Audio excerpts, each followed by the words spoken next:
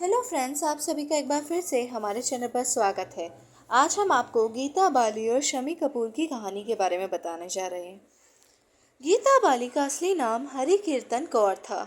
शम्मी कपूर ने अपने परिवार के खिलाफ जाकर उनसे शादी की थी, लेकिन गीता बाली का निधन सिर्फ और सिर्फ 35 साल की उम्र में ही चेचक की बीमारी से हो गया था। इसकी पूरी जानकारी अब हम आपको देते हैं। किसी ज़माने में जब मधुबाला, नरगिस, नलिनी जैसी दिलकश और बेहद खूबसूरत अदाकाराओं का सिक्का बॉलीवुड में चल रहा था, उस समय एक और अभिनेत्री ने बॉलीवुड में एंट्री ली थी और महज कुछ ही समय में उसने लाखों करोड़ों लोगों को अपना दीवाना बना लिया था। इसी अदाकारा का नाम था गीता बाली। वह अपने डेब्यू से ही दर्शकों के दिलों पर छा गई थी और जल्द ही बॉलीवुड इंडस्ट्री की टॉप एक्ट्रेस की लिस्ट में शामिल हो गई थी।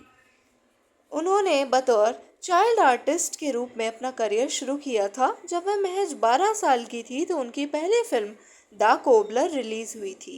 गीता बाली ने साल 1946 में रिलीज हुई फिल्म वियतनाम में लीड एक्ट्रेस का किरदार निभाया था।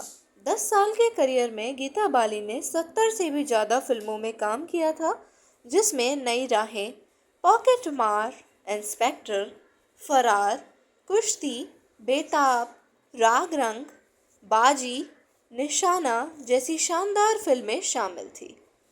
सब ठीक चल रहा था और गीता बाली के चर्चे हर तरफ थे।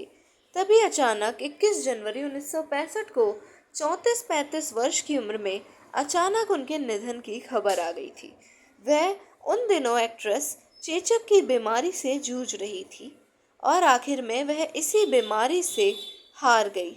यह खबर उनके चाहने वालों में से किसी दी थी और ये उनके सभी चाहने वालों के लिए किसी बड़े झटके से कम नहीं थी। गीता बाली के निधन की खबर सुन हर कोई हैरान रह गया था। गीता बाली राजेंद्र सिंह बेदी के उपन्यास एक चादर मैली सी पर आधारित फिल्म रानो की शूटिंग कर ही रही थी।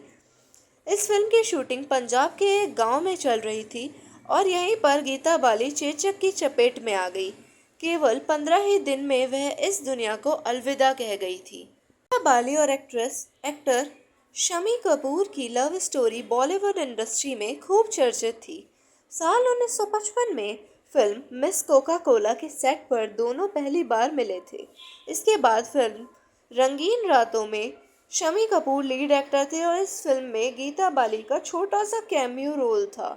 शूटिंग रानीखेत में हो रही थी। इस दौरान दोनों की दोस्ती हो गई और वह धीरे धीरे प्यार में बदल गई थी। शम्मी कपूर और गीता बाली की शादी के लिए दोनों के परिवार राजी नहीं थे। पृथ्वीराज कपूर अपने बेटे शम्मी की शादी गीता बाली से नहीं करवाना चाहते थे, क्योंकि उस जमाने में कपूर खानदान से ताल्लुक रखने वाली सभी महिलाएं फिल्मों से दूर रहती थी। दोनों ने परिवार के खिलाफ जाकर मंदिर में शादी की थी।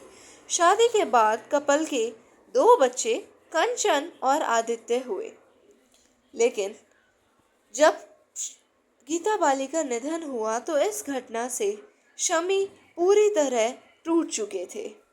उनकी हालत ये थी कि उनके फिल्मों का ग्राफ भी नीचे आने लग गया था, लेकिन धीरे धीरे वे अपनी इन मुश्किलों से बाहर निकले और फिर 1969 में शम्मी ने नीला देवी से शादी कर ली थी। हालांकि दूसरी शादी करने से पहले उन्होंने अपनी पत्नी के सामने एक शर्त रख दी थी। शम्मी ने नीला के सामने एक शर्त रखी थी कि वह माँ नहीं बनेंगी और गीता के बच्चों का ही पालन करेंगी। नीला ने भी शम्मी की इस शर्त को माना और वह कभी भी माँ नहीं बनी।